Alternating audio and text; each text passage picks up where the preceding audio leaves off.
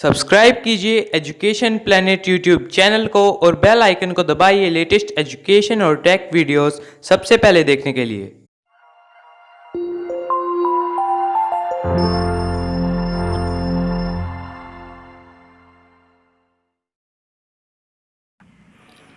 प्रिय विद्यार्थियों, एक बार फिर आपका स्वागत है एजुकेशन प्लेनेट नौहर चैनल पर। और आज लगभग 4-5 दिन के बाद हम एक नया वीडियो इसमें डाल रहे हैं। अभी दीपावली का त्यौहार, जो 5 दिन का त्यौहार होता है, वो चल रहा था। आपने भी उसमें खूब आनंद लिया होगा। आप व्यस्त थे, इसलिए आपके आनंद में बीच में उसमें कोई परेशानी नहीं हो, इसके लिए बीच में वीडियो नहीं डाला। और अब ये जो त्यौहार है 5 दिन का, वो त्यौहार समाप्ति की ओर है और आपका भी कुछ मन बन गया होगा कि हम कुछ पढ़ें। इसके लिए कक्षा 4 का पर्यावरण विषय में पाठ 11 अच्छा खाना मिलकर खाना, इस पाठ का वीडियो आपके बीच में लेकर आया हूं। तो हम सबसे पहले चर्चा करते हैं इसके शीर्षक की। अच्छा का मतलब होता है जो भोजन अच्छा हो, जो बढ़िया हो और जिसमें सभी प्रकार के पौष्टिक तत्व हों। और यहाँ खाना ये 2 बार आया है। जो पहला खाना है, इसके स्थान पर इसका अर्थ होगा भोजन।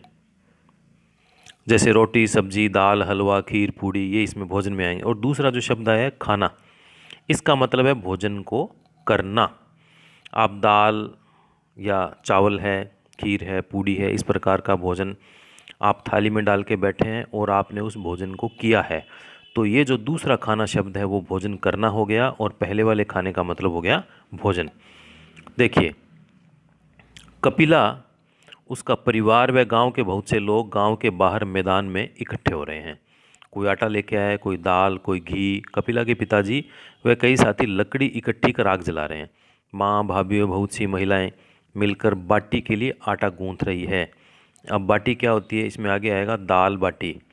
तो आटे से ही बनाई जाती है और उस आटे को आग के ऊपर सेकते हैं। उसको रोटी की तरह बेलते नहीं हैं, पूरा जो आटे का गोल गोल जो पेड़ा होता है उसी को सेक लेते हैं। ये बाटी बनती है। आटा गूंथ रही है, कोई दाल बीन कर साफ कर रहा है। बीनने का मतलब होता है दाल में जो कचरा होता है, कोई कंकड़ पत्थर है, उनको अलग करना। कोई चूरमे की तैयारी कर रहा है। कपिला ने दरियां बिछाने व सफाई करने में मदद की। अब कपिला अपने पिताजी से पूछ रही है, आज हम सब मिलकर खाना क्यों बना रहे हैं? पिताजी, बेटा बरसात अच्छी हो, फसल अच्छी पके, इसलिए हम गोठ बना रहे हैं। देखिए, एक नया शब्द फिर आ गया यहाँ पे, गोठ। गोठ का मतलब होता है जब सामूहिक रूप से लोग अपना अपना जो पैसा उसमें लगता है, उसका सब स्वयं अपने अपने पैसे का योगदान करते हैं, जितना जिसके हिस्से में आता है। और इस प्रकार से सब लोग सामूहिक रूप से पैसा इकट्ठा करके और सामूहिक रूप से भोजन बनाते हैं और सब मिलकर उसको भोजन को करते हैं। इस प्रकार के कार्यक्रम को कहते हैं गोठ। गोठ कहते हैं कई बार बाहर घूमने के लिए, उसको कोई पिकनिक भी बोल देते हैं। और लेकिन पिकनिक में संख्या कम होती है। गोठ है, भंडारा है, उसमें बहुत बड़ी संख्या में लोग शामिल होते हैं। कपिला कहते हैं, क्या मेरी सहेली इरफाना भी आएगी? तो पिताजी उसके बोलते हैं, हाँ बेटा, आज तो गांव के सभी लोग मिलकर गोठ करेंगे, यानी सारे के सारे मिलकर इस भोज में शामिल होंगे। अब देखिए, अब इस में 4 इसमें बातें आ गई है जो आपको बताना है, सोचना और आपको लिखना है। लिखने के लिए आप सबने अपनी कापी तैयार करी रखी है और उसमें आपने 10 पाठ के प्रश्नोत्तर कर लिए होंगे और 11वां पाठ अभी चल रहा है। ये जब समाप्त हो जाएगा तो इसके जो प्रश्नोत्तर है वो भी आपको करने हैं। तो इसका पहला इसमें प्रश्न है, यहाँ अच्छी बरसात हो इस कामना से गोठ की गई है। आपके क्षेत्र में भी इस तरह के सामूहिक भोज होते हों तो बताइए कि वह कब और क्यों होते हैं। इस प्रकार के सामूहिक भोज, मैं आपको एक बार वैसे ही बता रहा हूँ इसका उत्तर। इस प्रकार के सामूहिक भोज लगभग सभी जगह होते हैं। भंडारे के रूप में नवरात्रे होते हैं, उस समय भंडारा लगता है। और जो गणेश उत्सव होता है, गणेश जी की पूजा की जाती है और उसके बाद में जब गणेश जी का मूर्ति का विसर्जन किया जाता है तो उस समय भी भंडारा होता है। और भी कई अवसर होते हैं, कई बार कहीं यज्ञ होता है, उसमें भी भंडारा किया जाता है। इस प्रकार के सामूहिक जब कार्यक्रम होते हैं तो उसमें फिर सामूहिक रूप से भोजन कराया जाता है। उसको हम ये कई अवसरों पे होते रहते हैं। लेकिन इसका उत्तर लिखने की दृष्टि से हम इसका उत्तर लिख सकते हैं, हमारे गांव के पास वाले मंदिर पर एक विशाल भंडारे का आयोजन किया जाता है। ये भंडारा नव दुर्गा में यानी नवरात्रे में आयोजित होता है और यह 9 देवियों को समर्पित होता है। इसमें दूर दूर से हजारों महिलाएं, पुरुष व बच्चे भोजन करने के लिए आते हैं। अब दूसरा है, आपको कौन कौन से सामूहिक भोज पर जाने का अवसर प्राप्त हुआ है। अब यहाँ जो सामूहिक भोज हो गया जिसमें बहुत सारे लोग इकट्ठे होकर भोजन करते हैं। अब एक दो प्रकार के होते हैं, एक तो कोई ऐसा होता है जिसमें कोई व्यक्तिगत किसी की तरफ से भोजन कराया जाता है, किसी का विवाह है, किसी का जन्मदिन की पार्टी है, तो उस समय एक व्यक्ति का ही उसमें खर्चा होता है और जो जिन जिन लोगों को वो बुलाता है व्यक्ति, वो सारे वहाँ पे भोजन करते हैं। और दूसरा होता है सामूहिक रूप से, कोई गोठ है, भंडारा है, उसमें सब लोग मिलकर पैसा इकट्ठा करते हैं और वहाँ पे सारे मिलकर भोजन करते हैं। तो आपको कौन कौन से सामूहिक भोज पर जाने का अवसर प्राप्त हुआ है? तो सामूहिक गोठ में, भंडारे में, मित्र के जन्मदिन में, शादी विवाह के कार्यक्रम में, ये इसका उत्तर होगा। तीसरा प्रश्न है, इस तरह के सामूहिक भोज में खर्चा कौन करते हैं? देखिए, दो प्रकार के सामूहिक भोज हो गए हैं। इसका उत्तर हम आप इस प्रकार से लिखेंगे, गोठ और भंडारे जैसे सामूहिक भोज में सभी लोग मिलजुल कर खर्चा उठाते हैं तथा जन्मदिन या शादी विवाह के कार्यक्रम में जिसके यहाँ कार्यक्रम होता है वही खर्चा करता है। चौथा है, यहाँ गोठ में दाल बाटी व चूरमा बन रहा है, आपके यहाँ सामूहिक भोज में क्या क्या बनता है? पूड़ी, सब्जी, लड्डू, बूंदी, मालपुए, खीर, जलेबी, इस प्रकार का भोजन सामूहिक भोज में बनता है। चलिए इस पाठ को आगे बढ़ाते हैं। ऐसे सामूहिक भोज जहाँ सब मिलकर कार्य करते हैं बहुत महत्व रखते हैं। ये नई पीढ़ी को हमारी संस्कृति से परिचित करवाते हैं। लोगों में मिलकर काम करने की भावना का विकास होता है क्योंकि सारे लोग वहाँ मिलजुल कर काम करते हैं। उनमें ऊंच नीच, छोटे बड़े का भेदभाव इससे मिटता है। इससे सामाजिक सद्भावना विकसित होती है, एक दूसरे के साथ उनका स्नेह बढ़ता है, उनके संपर्क अच्छे होते हैं और साथ में खाने पीने का आनंद और मनोरंजन भी होता है। अब देखिए, अलग अलग अवसरों पर खाना। अब ये तीन व्यक्ति बैठे बातचीत कर रहे हैं। हमारे मेवाड़ में हरियाली अमावस्या पर सभी लोग बड़े शौक से मालपुए खाते हैं और हमारे मारवाड़ में हरियाली अमावस्या पर खीच बनाते हैं। अब मालपुए से आप परिचित हैं कि मालपुआ कैसे बनता है? तो मैं मानता हूँ कि मालपुआ आपको ध्यान में है कि मालपुआ कैसे बनता है। और ये एक खीच यहाँ पे नया शब्द है, खीच। खीच क्या होता है कि गेहूँ से बनाया जाता है। गेहूँ को थोड़ा सा भिगो के उसको कूट के और उससे खीच बनाया जाता है। अब एक तीसरा यहाँ बंधु बैठा कह रहा है, इन्हीं दिनों जयपुर में श्रावण मास की तीज मनाई जाती है और इस अवसर पर रबड़ी के घेवर बहुत अच्छे बनते हैं। तो तीज पर घेवर बनते हैं, संक्रांति के दिन, मकर संक्रांति के अवसर पर भी घेवर बनते हैं। तो घेवर से भी आप लगभग परिचित होंगे। पाठ को आगे बढ़ाते हैं। तीज त्योहारों पर हमारे घरों में भी विशेष पकवान व मिठाइयाँ बनाई जाती है। अलग अलग स्थानों में पर्वों और त्योहारों पर अलग अलग तरह के पकवान बनते हैं।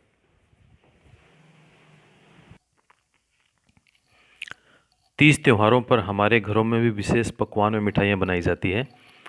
अलग अलग स्थानों में पर्वों और त्योहारों पर अलग अलग तरह के पकवान बनते हैं। अब पता करना है और उसका हमें उत्तर लिखना है। देखिए, नीचे बनी तालिका को अपनी कॉपी में आपको बनाकर इसको भरना है। हम इसको स्टार्ट करते हैं। जैसे पर्व और उत्सव और इन अवसरों पर बनने वाला विशिष्ट भोजन यानी विशेष प्रकार का भोजन, जैसे गणगौर के अवसर पर घेवर बनाया जाता है। दूसरा, कुछ संकेत यहाँ पे दिया हुआ है, स्कूलों में बूंदी के लड्डू बन रहे हैं। तो आप याद कीजिए, स्कूलों में बूंदी के लड्डू कब बंटते हैं? तो देखिए, यहाँ जो लड्डू बनते हैं वो बंटते हैं 15 अगस्त और मैं इसके ऊपर ही लिख देता हूँ 15 अगस्त और 26 जनवरी, यानी गणतंत्र दिवस 26 जनवरी और स्वतंत्रता दिवस 15 अगस्त। गणतंत्र दिवस और स्वतंत्रता दिवस, इस दो अवसरों पर स्कूलों में बूंदी के लड्डू बंटते हैं। तीसरा है ओलिया, गुलगुले, पंचकूटा, कैर सांगरी की सब्जी, पूरी और ठंडा खाना, ये कब बनता है? सोचिए सोचिए आप, कब बनता है? ये बनता है मकर संक्रांति के अवसर पर। कुछ अलग अलग भी हो सकता है, कई जगह बासीड़ा भी इसको कहते हैं। लेकिन मकर संक्रांति के अवसर पर ये पंचकूटा, कैर सांगरी की सब्जी, पूड़ी, ठंडा खाना, विशेष तौर से इसको बासीड़ा या शीतला शीतला माता का जो अवसर होता है, उनका जो कार्यक्रम है, उस समय ये हम बनाते हैं। अगला है सेवइयाँ। देखिए सेवइयाँ बनती है तीज तीज पे बना लेते हैं, और रक्षाबंधन रक्षाबंधन पर भी बना लेते हैं। और जो मुस्लिम बंधु है उनका जो त्यौहार है ईद, उसके अवसर पर भी सेवइयाँ विशेष रूप से बनाई जाती है। तो ईद के अवसर पर भी बनती है। और उसके बाद में और दो प्रकार के जो इसमें स्थान खाली छोड़े हुए वो भी अपने को भरने हैं। अभी देखिए गोवर्धन पूजा, यहाँ आप इसमें लिख रहे हैं, आप इसमें लिख लीजिएगा अपनी कॉपी में, गोवर्धन पूजा। अब गोवर्धन पूजा के अवसर पे अन्नकूट की सब्जी बनती है, अन्नकूट का प्रसाद। आप अन्नकूट लिख लीजिए यहाँ पे, अन्नकूट का प्रसाद। और होली के अवसर पर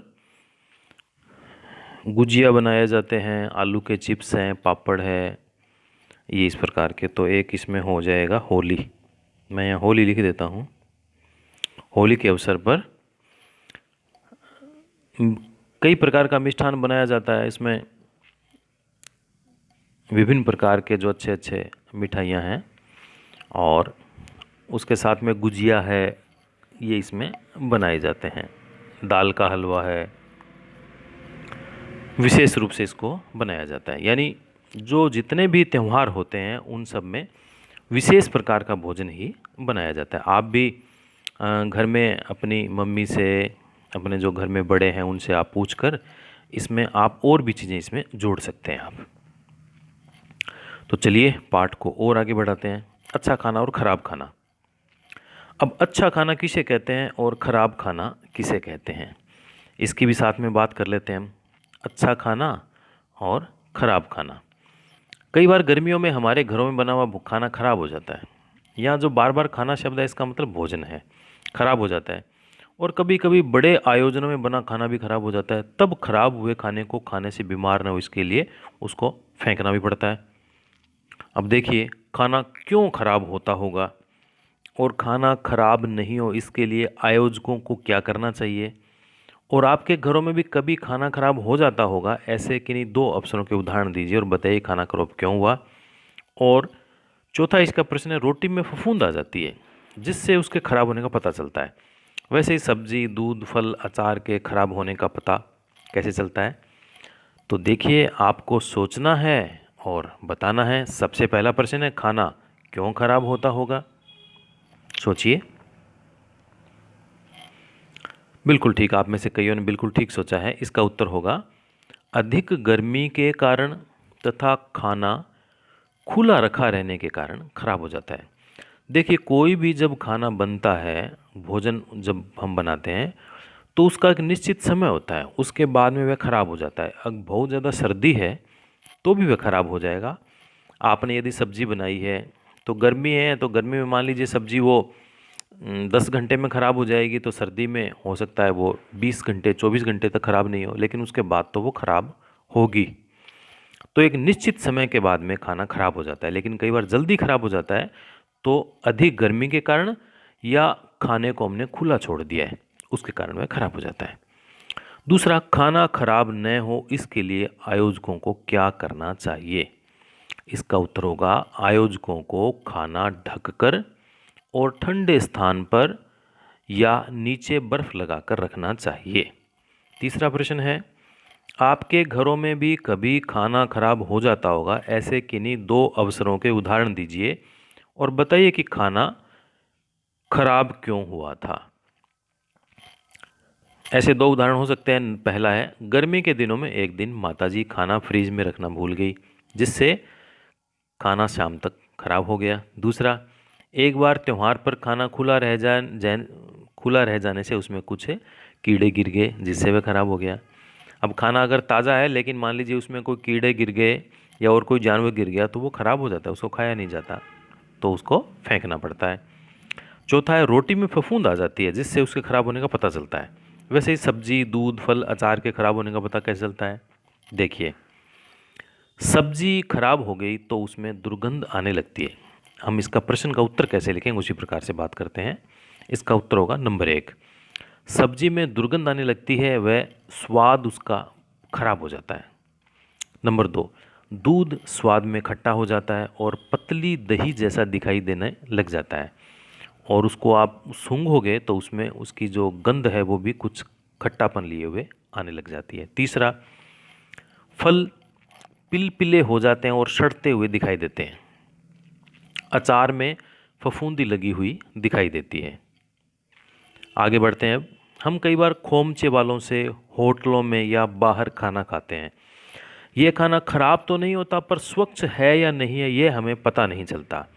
भोजन की स्वच्छता हेतु आवश्यक है खाना बनाने में उपयोग की जाने वाली सामग्री जैसे बर्तन, चाकू, कच्चा सामान, सब्जियां आदि धुली हुई और साफ हो, और खाना बनाने वाले के हाथ साफ हो, पानी स्वच्छ हो, खाना ढका हुआ हो। स्वस्थ रहने के लिए यह भी आवश्यक है कि हम साफ, शुद्ध और ताज़ा खाना खाएं।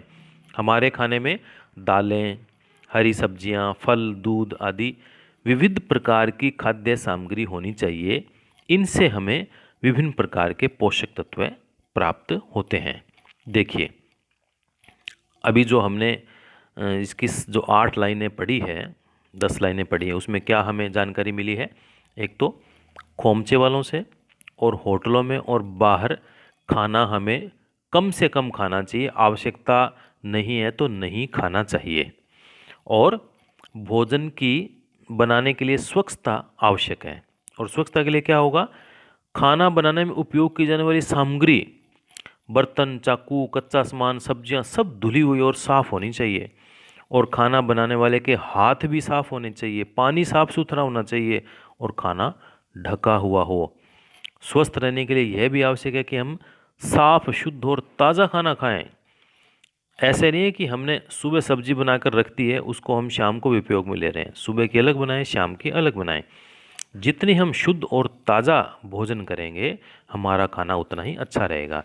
और हमारे भोजन में दाल भी होनी चाहिए, हरी सब्जियां, फल, दूध आदि विविध खाद्य सामग्री होनी चाहिए। इससे हमें विभिन्न प्रकार के पोषक तत्व प्राप्त होंगे और हमारा शरीर मजबूत बनेगा, ताकतवर बनेगा। हमें रोग भी कम लगेंगे और रोगों से लड़ने की हमें ज़्यादा शक्ति होगी।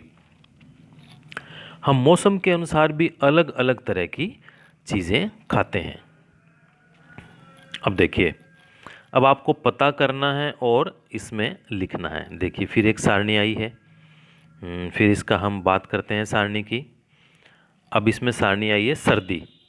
अब सर्दी में खाई जाने वाली सब्जियां, खाए जाने वाले फल और पेय पदार्थ और अन्य, ये हमें सारणी पूरी करनी है। अब सर्दी में खाई जाने वाली सर्दी है सब्जी है जैसे मटर, मटर यहाँ पे लिखी हुई है, और इसके अलावा गोभी, कुछ तो लिखेंगे बाकी बोलेंगे हम सारा। मटर है, गोभी, पालक भी सर्दी में आती है, बाकी बोलेंगे। पालक, मेथी, आलू, गाजर, सेम, बैंगन, मूली, ये सर्दी में सब्जियां आती है। खाए जाने वाले फल कौन से होते हैं सर्दी में? सेब, अमरूद, चीकू। देखिए, सेब, अमरूद, चीकू, पपीता। और पेय पदार्थ कौन से होते हैं? पेय पदार्थ सर्दी में पिए जाने वाले पेय पदार्थ। सर्दी में चाय ज़्यादा पी जाती है, कॉफ़ी पी जाती है, तो चाय, कॉफ़ी और पेय पदार्थ के साथ अन्य पदार्थ भी, कोई आलू प्याज की पकौड़ी है, समोसा है, इस प्रकार के जो भोज्य पदार्थ हैं वो सर्दी में ज़्यादा लोग ज़्यादा खाना पसंद करते हैं। फिर गर्मी में जो खाई जाने वाली सब्जियां हैं वो देखिए, टमाटर, टमाटर है, तोरई है, लौकी है, कद्दू। और फलों में है तरबूज, संतरा, ककड़ी, अंगूर, आम, ये सारे के सारे फल देखिए गर्मी में विशेष रूप से अच्छे फल हैं आम और अंगूर। तो आम, अंगूर और ककड़ी, संतरा, ये सब। और पेय पदार्थ गर्मी में ज़्यादातर जो पी जाते हैं वो है शरबत, लस्सी और चाय कॉफ़ी भी पी जाती है। अब बरसात के समय होने वाली सब्जियां, बरसात के समय में है परवल, बैंगन, तोरई, लौकी। और खाए जाने वाले फल है सीताफल, चेरी, रसभरी। और बरसात के समय भी चाय, कॉफ़ी, पकौड़ी इत्यादि ये चीज़ें खाई जाती है। आगे बढ़ते हैं। गाल के लड्डू। देखिए लड्डू कई तरह के बनते हैं, जैसे बूंदी के लड्डू, सत्तू के लड्डू, तिल के लड्डू। अब देखिए हम गाल के लड्डू बनाएं। फलोदी के गाल के लड्डू बहुत ही मशहूर है। तो किस प्रकार से गाल के लड्डू बनते हैं आज आप सीखें, और एक नई रेसिपी आपको सीखने के लिए मिल रही है। लड्डू का मतलब होता है किसी भी पदार्थ के बनाएं उसको हम एकदम गोल उसको बना देते हैं तो वो लड्डू कहलाता है। तो गेहूं को, गाल के लड्डू बनाने के लिए गेहूं को रात भर भिगोया जाता है। गेहूं को रात भर भिगो जिससे ये फूल जाते हैं। इस फूले हुए गेहूं को पीस कर लुगदी जैसा बना देते हैं, फिर कपड़े से छानते हैं, इसे कहते हैं गाल।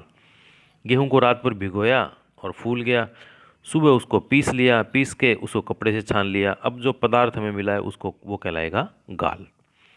अब गाल को धीमी आंच पर घी में सेकते हैं, घी में उसको सेकेंगे। जब हल्का भूरा रंग होने लगता है तो उसमें मावा मिलाते हैं और गहरा भूरा होने तक सेकते हैं। अब शब्द है यहाँ पे मावा, क्या मिलाएंगे इसमें? मावा मिलाएंगे। मावा दूध से बनाया जाता है। दूध को गर्म करते रहते हैं, गर्म करते रहें। आपने एक पूरा बर्तन भर के दूध का रखा है और उसको गर्म करते रहेंगे और फिर थोड़ा सा बचेगा, वो एकदम सख्त हो जाएगा। जो एकदम पतला था वो गाढ़ा हो जाएगा, ठोस होने की स्थिति में आ जाएगा, तो वो कहलाता है मावा। तो ये हम गाल को धीमी आंच पर घी में सेकेंगे और हल्का भूरा रंग होने लगता है तो उसे मावा मिलाएंगे, गहरा भूरा होने तक सेकेंगे और फिर इसे एक थाल में फैला देते हैं और इसमें पहले से तैयार गरम गरम चाशनी इसमें मिला देते हैं। चाशनी चीनी से बनती है। चीनी में पानी मिलाकर उसको उबालते हैं तब चाशनी बनती है। इस तैयार गाल के गोल गोल लड्डू बनाते हैं। ये 1-2 दिन तक खराब नहीं होती है। खुद भी आप इसको खाओ और दूसरों को भी खिलाइए। तो आपको एक नई रेसिपी का पता लगा। रेसिपी का नाम याद रखना, गाल और कैसे बनती है उसकी विधि भी याद रखना। अब आगे चलते हैं। आपके घर पर विभिन्न त्योहारों पर विशेष भोजन जैसे खीर, मालपुए बनते होंगे। इनमें से किसी एक को बनाने की विधि आप लिखिए।